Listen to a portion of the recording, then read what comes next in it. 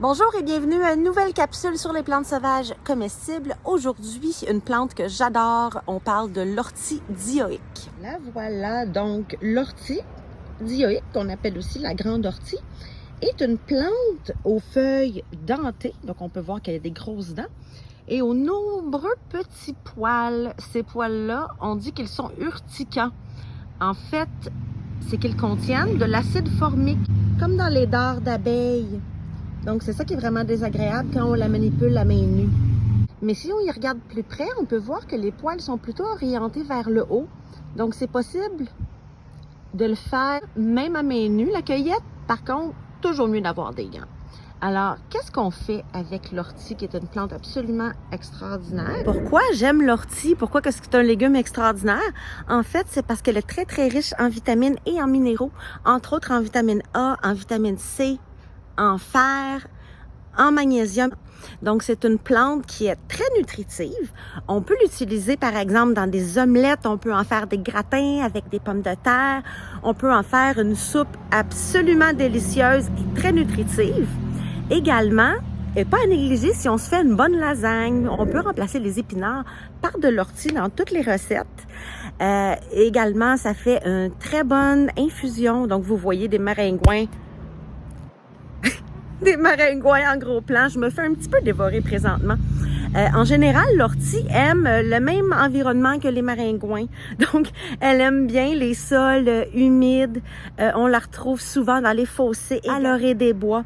Partout où le sol est assez fertile finalement et assez profond.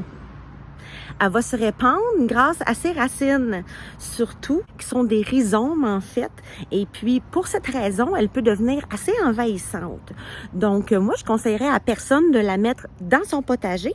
Par contre, un endroit comme ici, donc à l'orée des bois, il va vraiment super bien. Donc, l'ortie, on peut en consommer un petit peu chaque jour. C'est très minéralisant. Personnellement, j'en mets dans mes smoothies. Je me fais aussi des excellentes tisanes avec l'ortie. Il est possible d'utiliser l'infusion comme spray pour les cheveux, comme pour vaporiser les cheveux. Ça va leur donner une belle brillance. Puis ça va les nourrir également. Je disais un peu plus tôt que l'ortie a des petits poils urticants qui contiennent de l'acide formique, Mais par contre, en la faisant blanchir ou cuire très brièvement, il n'y en a plus d'acide formique. Donc, ici, le plan que j'ai trouvé à environ 1 mètre. Par contre, j'en ai déjà vu jusqu'à 5 à 6 pieds d'eau environ. C'est une plante qui peut devenir très, très grande.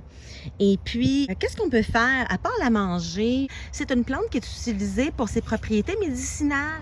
Entre autres, pour soigner l'arthrite, les allergies saisonnières et même l'anémie, car elle est très riche en fer.